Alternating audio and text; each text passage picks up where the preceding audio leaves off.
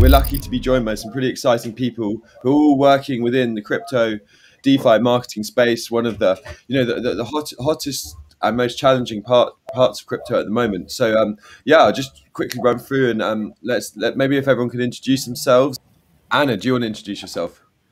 Yeah, hello everybody. My name is Tutova. I'm CEO of Coins Telegram, and we have a group of companies. We have crypto VC fund. We invest into different projects in the industry. Additionally, we have our news media and YouTube channel where we make interviews with the leading founders of the companies and cover daily news. And as well, we help projects with the promotion. So we have PR marketing agency, and we support projects in all different ways. So we do publications into financial, business, crypto media like Forbes, Entrepreneur, Cointelegraph, and so on. We help projects with regional media in Europe, Russian-speaking countries, Asia, Latin America, Middle East. We work a lot with YouTube, Twitter influencers, and do as well different social media campaigns. Wow. So a chilled offering there. Awesome. Well, lovely to have you here. And Aldrich, do you want to introduce yourself? I know. You're really expert in the field. Oh, he's gone. Scared him off. Oh, I'm here. I think Naomi's here. Oh, yes, here. Yeah, Okay. I think it's Vimeo just throwing us off. This is Vimeo, yeah.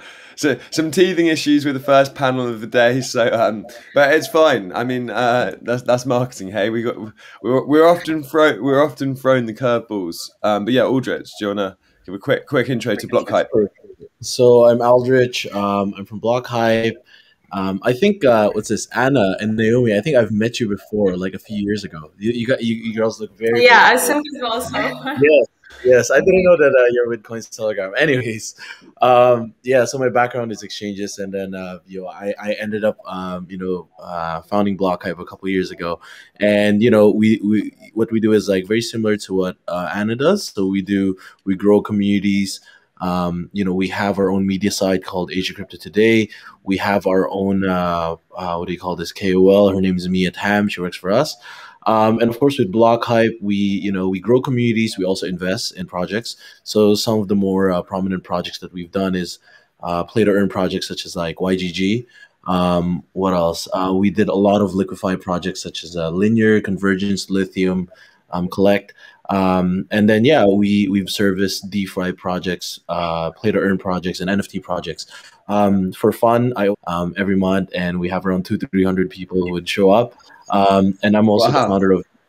And then my picture, the ape. So I'm a super big fan of Degen Ape Academy, where you can buy it in Salon Art. So there's a Degen Ape Academy Hong Kong City chapter, and I'm the guy behind that. And I think we're the only city chapter for Degen Apes, and we're doing something big this coming month. So yeah, pretty excited. Yeah. Awesome. And you're in now, Naomi. Do you want to give a quick intro as well? Yeah, sure. We can try again. So I'm Naomi. My background, I studied linguistics and just somehow found my way into crypto and marketing. So I was initially working for a blockchain consulting company, then went on to work for a centralized exchange for quite a long time, where obviously we were always trying to grow our trader base and help people understand how this whole crypto trading works without getting too burnt. And now I work at Minima, where we are trying to build the most decentralized network by enabling anybody to run a full constructing and validating node on their mobile phone. Awesome. Cool. So, I mean, I guess to kick it off, it's like, I guess start with a question like, how is it different to, how is DeFi marketing different to traditional marketing? Like, is there any key things that you've seen, as that are different? Well, I can say a few words. I think one of the things that is different in DeFi in general, if you work in crypto, is just the speed at which change happens. And that's yesterday. Exactly. Like things happen every day, and it's really hard to keep up with that. So I think, just making sure you stay on top of things is one of the big challenges I see for everybody, not just in marketing. And Yeah, I also mean regulation of that's pretty amazing. If you think about like traditional agency pitch cycle, it's like we want to pitch in 3 weeks. We'll take 3 weeks to sign it off. We'll start in 3 weeks. We often see people come to us and go like, "What's the pitch? Can you start tomorrow?" yeah, There's yeah, that speed is challenging to keep that quality high when you're yeah. moving that quickly. And I think a lot of communication is hitting that. Yeah. How about you, Aldrich? I know you guys move pretty quickly. Is there any major things that you've noticed that are different to the sort of like traditional marketing?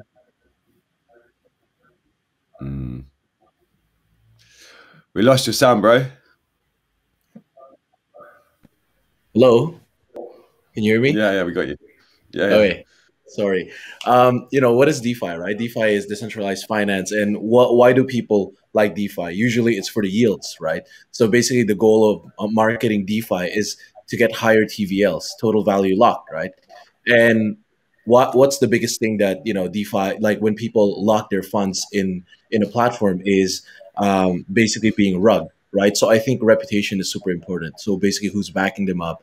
How much money is this big institution is putting up. So I think with DeFi, the biggest thing is like, am I going to get rugged? Sure, I can get 5,000 APYs, but am I going to get rugged? Right. So I think reputation is pretty important when it comes to DeFi marketing. Yeah, that's pretty. Nice. Yeah, That's really good points. I mean, I think one of the things that I find so different is, I'm used to running like sort of big budget campaigns that have a lot of data, like really like pay to play. It's pretty hard for these DeFi projects who can't get, Google ads, Facebook ads, that Mhm. reach from that thing. And I think, it's why a lot of what you guys are doing is so important, because you need, a lot of DeFi marketing is coming from that community. I think as you can't just pay to blast out 1 million views. I'm not sure if you have anything to add, Anna. So basically, I guess the marketing of any crypto project and or DeFi project have differentiators from traditional tech marketing in the number of channels we can reach out. So basically, when we have to market a crypto project, we can use different directions. So we can use traditional channels to reach the wider audience, like, for example, media. We tag just tech or business media in this case. And to reach out a crypto-oriented audience, we have as well crypto media for that. And specifically as for DeFi, I see the trend more for the promotion, not in the media, but via different social media, and especially via influencers such as YouTube and Twitter. And Yeah. DeFi is still quite complicated for the average users, and especially in most of the projects don't have that user-friendly UI, and for like average Joe, it's really difficult to understand how DeFi works, connect different wallets in the browser, like to go from one bridge to another. You need some stuff, some articles to learn how, at least how to do it, some instructions. Basically, in this case, we have the users who have already some kind of the knowledge in the industry. So Yeah. it will be much more efficient to promote the project in the target sources, like via YouTube influencers who can explain some technical stuff, or Yeah. especially recently, DeFi and crypto became very popular in Twitter, and everybody follows it, and you can get information there really quickly. Just grasp some short messages, titles, news, and Yeah. as well a lot of crypto users follow different Discord channels, which became very popular recently for the promotion. Telegram Yeah. I is mean, yeah, less Discord is a good important. point, isn't it? So I mean, Yeah. I guess that quite leads us on quite to the good next question. Like, what kind of marketing strategies do you think you need to develop and engage a community, not just an audience? Um, don't know if anyone's got any thought on that. Like how like what do you think is the really success to building like a community? I mean, like the Om gang have done it so well, haven't they? You know, 333. Don't know if you've got any thoughts, Aldrich. I think like as I said, like going back to reputation of who's backing this, right? Because DeFi, they look at number one, what's the reputation like? Are they going to get wrecked or not? So how big is the TVL? Who's backing this up? And then how good is your platform? Because when you're locking up funds of people and they can't access it, it's like this is very personal for people. So number one, education, as Anna said, which is super important because you want users, especially the newbies, to be able to understand. Okay, how do I lock money up and get yields? Right. Number two, I think like community wise, like you should have like good customer support and admin so that if there's any issues, it could get solved. Because a little thing they say like the little guys, the newbies, right? I don't want to say noobs, but the newbies, they put small money, but yet this is very valuable for them. But so then they complain more, right? They want to get it right away. They want to see like the yields and everything. So I think it's a lot of you should be compassionate with these users and be nice, because if you're not, and these guys have a short amount of patience compared to like the bigger guys, because the bigger guys, if you're a big DeFi platform, you would have like an institutional group with them. They're like VIP, so they're very, they ask something, they get an answer. So hopefully the way you treat everyone, even the smaller guys, is something similar, right?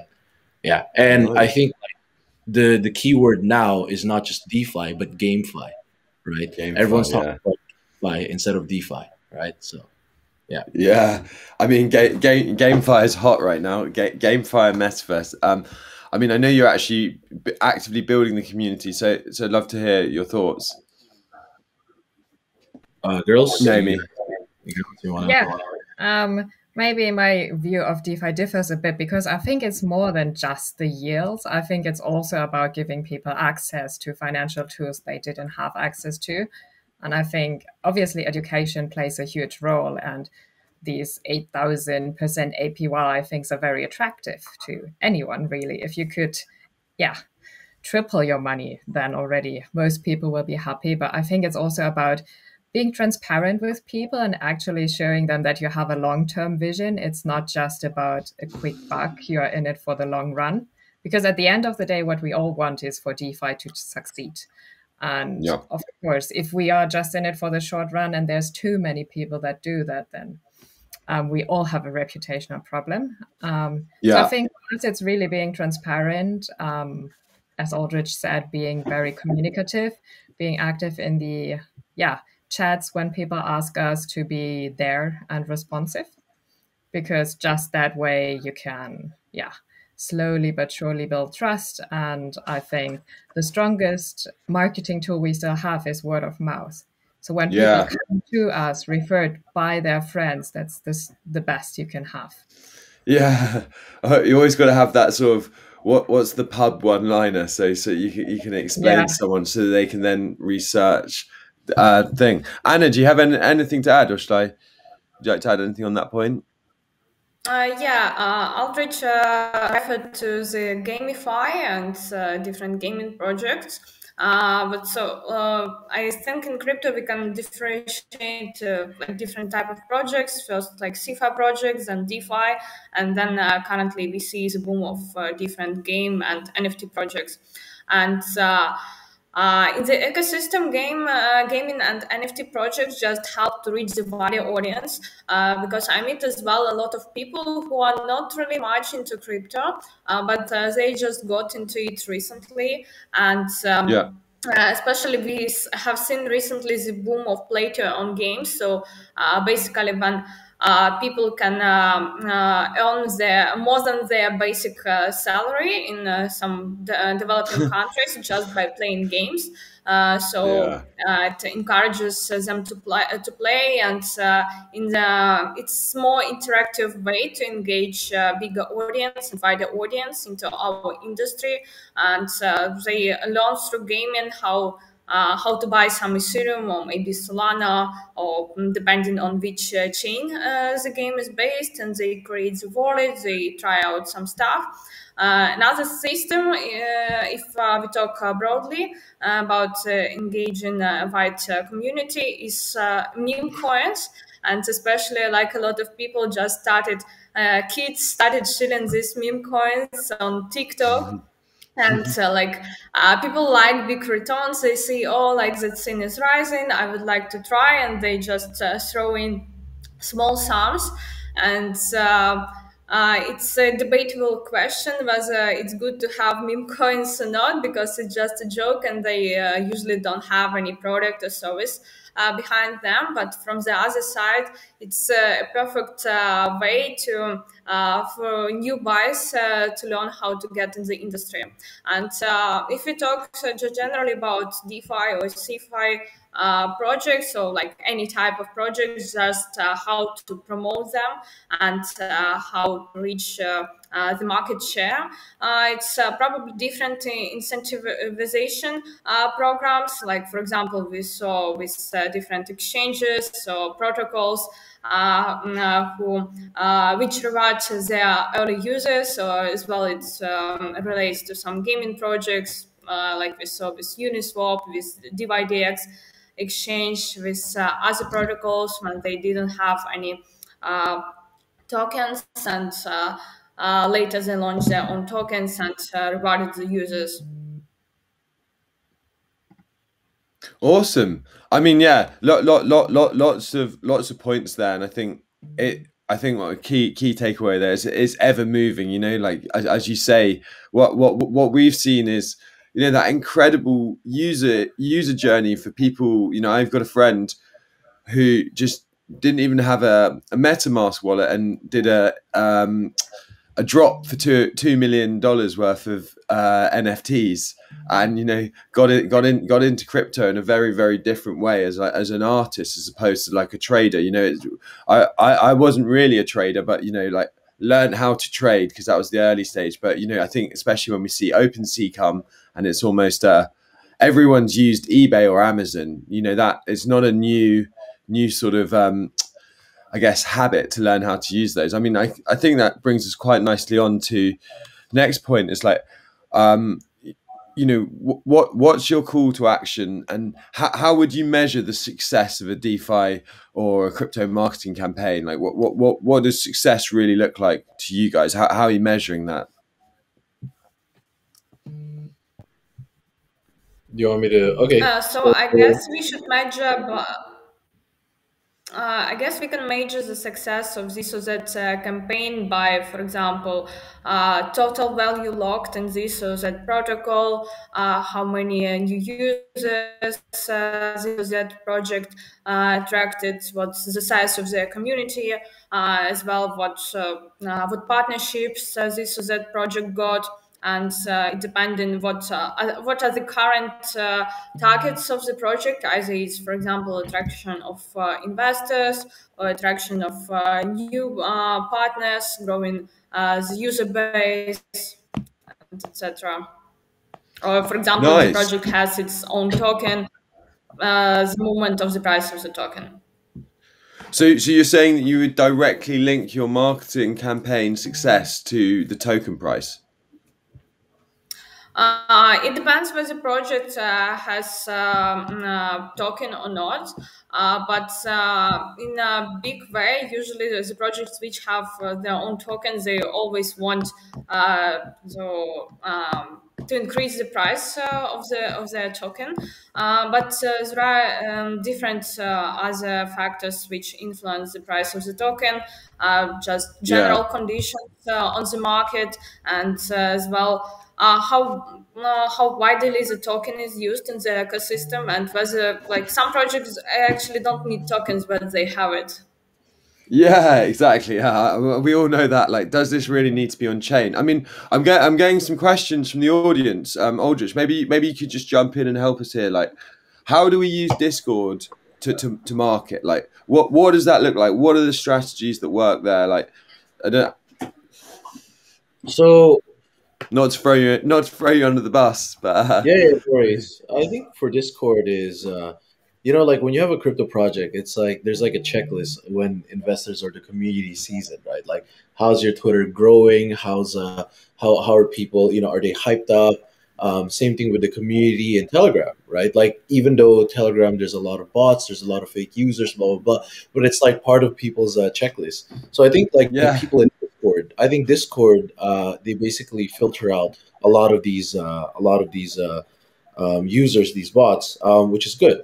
So those users in Discord, I think, are the more real and the more diehard fans of your project, which is good. So it means that Discord, you should even be more personal to these guys. And then, as Naomi said, that word of mouth is so important. If you take care of these guys, they would refer it to other people, right? So that's why, and this is how I see how the DeFi community and the NFT community is different. So a DeFi slash crypto community, these guys are basically like moon boys, right? It's like, oh, when moon, blah blah blah, all that stuff. Well, how I When see, IDO, when marketing. yeah, right. When was this? When FTX, when Binance or something, right? Yeah, Well, when how I Binance. see, yeah, and then how I see NFT, the NFT audience is that they don't really care about Telegram or Twitter. For them, Discord is the most important thing because they really want the community to grow, and it's very what do you call this? The NFT audience, they are more, they're basically diehard fans. So, for example, me, like even the picture of this panel was I put in my ape because I'm a really big fan of DJ and Ape Academy, and it's like all my WhatsApp personal it's all apes, right?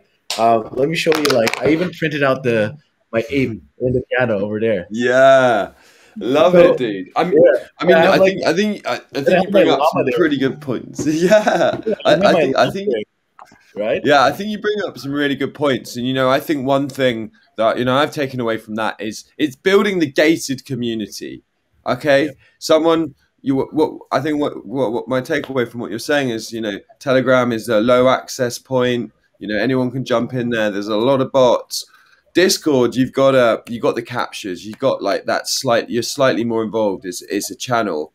And then what we're seeing that really works, isn't it? It's like this guy, kind of his mates told about him at the pub. He's heard of this, and then it's about tiering that next level. Using a collab land bot or whatever you want to use. That goes right. This guy's done 10,000 posts. He's got the picture on his wall. He's in this lounge, and then he's in that lounge. And NFTs in that sense, or your tokens can act as a sort of a gateway into this community. And as we move into the metaverse, online chat rooms. It basically your community can be involved there, and I think we've seen that work quite well with Discord, and maybe the gaming. I mean, I love Telegram. I find it just some platform just works for you. My Telegram is messy. When I'm offline on Saturday or I've had a big night and I wake up the next day, it's just like do do do do. And so I can see how Discord can be a little bit more organized. We have a joke in the office. It's the saying used to be it's always 5 p.m. somewhere, time for a beer. In crypto, it's always 9 a.m. somewhere, time to get moving. But Anna, did you have any specific techniques that you've used to really like get Discord to pop? So actually, I think that Discord is more oriented on crypto DJs, so gamers, because usually not all people worldwide have Telegram, and I see that people who are not into crypto even didn't know what that is. So the same with Discord. More people have Telegram rather than Discord, so the audience is in Discord is very targeted and very specific. And one of the types which really works in Discord is basically it's called shilling. When you create some hype in some other chats groups and engage community ask them like what interesting projects you see on the market, and somebody like the fans of the project answer with some recommendations. So then people started searching out what's going on, what's the project about. Awesome. Well, I mean, thank you so much. I mean, we could chat for about 2 hours about this, but I guess I would just love to sort of get a closing thought from everyone, what they see the future, and where they see the space and the trends coming, and like what do we have to look forward to? What are you calling? What are you predicting? Well, maybe we'll start with who wants to go first? Naomi, you want to jump in? What are you expecting? The future trends? What are you seeing?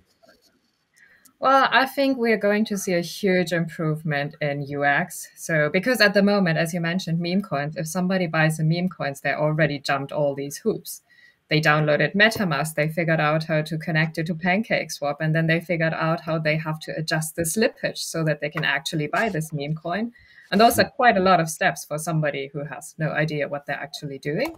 So I think we're going to see huge improvements in UX. And with that, I think we're going to see more adoption, and our community is growing because there's going to be more interest also from people who have not been in crypto before. Yeah. And also maybe as smartphones get smarter and rolled out and more people gain access to the internet, I think, there's also a lot more potential users that need DeFi more than we do. Yeah, awesome. Anna, how about you? You got 1 minute. big question for a short amount of time. Yeah, so I see with the development of more user-friendly experience and development of more not really technical projects, but just for average people, we can see the bigger adoption of DeFi and of crypto. And additionally, as I mentioned, gamify is just a perfect tool to reach out wider audience and as well to get them into DeFi and crypto. Awesome. And Aldrich. Yeah. So the opportunity, I think this year things will come back to DeFi since more institutionals are coming in, more funds, more family offices. But I think the opportunity is at GameFi. Because why I say this with GameFi, because all the games right now where people are playing, they play for the yield. It's not because they play for the yield, number one, instead of like they enjoy the game. So I think where the opportunity is, make a game where people actually enjoy, and then make yield as a secondary thing. And I think that's where the opportunity is. And then the thing is, a lot of these games, when they get their yield, for example, with Axie, SLP, right? Usually when someone gets SLP, what do? They connect to their Ronin wallet. Ronin wallet transfer to MetaMask. MetaMask transfer to, like, for example, their Binance account. Binance change SLP to USDT. USDT change to Philippine Peso. Philippine Peso change to it's a lot of steps, right? So this could be, so actually one of my friend is doing like something where any yields that they get, be it like SLP or any other in-game yield tokens, they could basically lock this up and get a yield for this. Or they could get these like from SLP paying directly to their electricity bill, to their phone bill. So I think this is where the opportunity is. GameFi for sure. DeFi will always be here. I think it will always stay. But GameFi, this is just very new. And as I said, all the games right now, I think they're shit. People play it because of the yields. Without the yields, no one would play it. So I make a better game and then make the yields as secondary. Awesome. Guys, thank you so much. It's our first panel, and you guys have all been amazing, and I think it is a lot of work for everyone to do for an exciting time. So thanks for taking the time. Cheers. Thank you. Bye-bye. Thank you. Goodbye. Bye.